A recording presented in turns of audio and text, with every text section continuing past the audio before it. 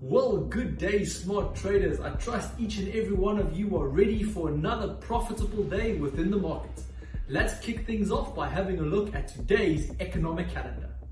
Let's dive straight into it. Today's economic calendar, which unfortunately holds little excitement, with only one Black Star event being released at 4 o'clock South African Standard Time, which is the US Consumer Sentiment Report coming out of the USA. Let's move on by having a look at what's making headlines within the financial markets today. In currency news, the euro has risen and the dollar has fallen after the European Central Bank raised interest rates, suggesting that the Federal Reserve may do the same next week.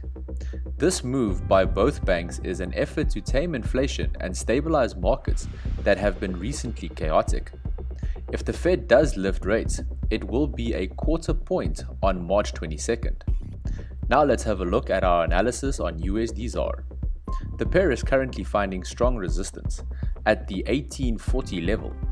If we see a close around the 1830 level, we could see this specific pair drop all the way back to our primary support at 18 Rand.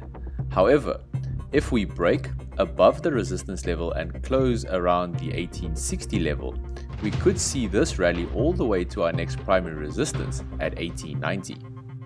Moving on to Wall Street. Global equities have risen on news that a large group of banks were infusing cash into US lender First Republic Bank. This, along with a lifeline from the Swiss National Bank to Credit Suisse, has eased fears of a global banking crisis. The best lifeline for banks or any company is when other companies are interested. The banks stepping in here suggest that the worst of it is behind us. Let's shift our focus now to Nasdaq 100's analysis. The US Tech Index is currently approaching the primary resistance level at 12,700. If this resistance level is respected, we could see this specific index sell all the way back down to retest those lower levels at 12,400, or potentially even all the way back down to 12,200. However, if the resistance level is broken and we can get a close around that 12,750 level, there is a potential for this specific index to rally all the way to that resistance level at 13,200. Moving over to commodities. Oil prices have settled up about 1% after a 5% drop the previous day. Saudi-Russian assurance on the production cuts and remarks that the US banking system was safe and sound amid the rescue of another lenders helped restore some confidence across the battered risk markets.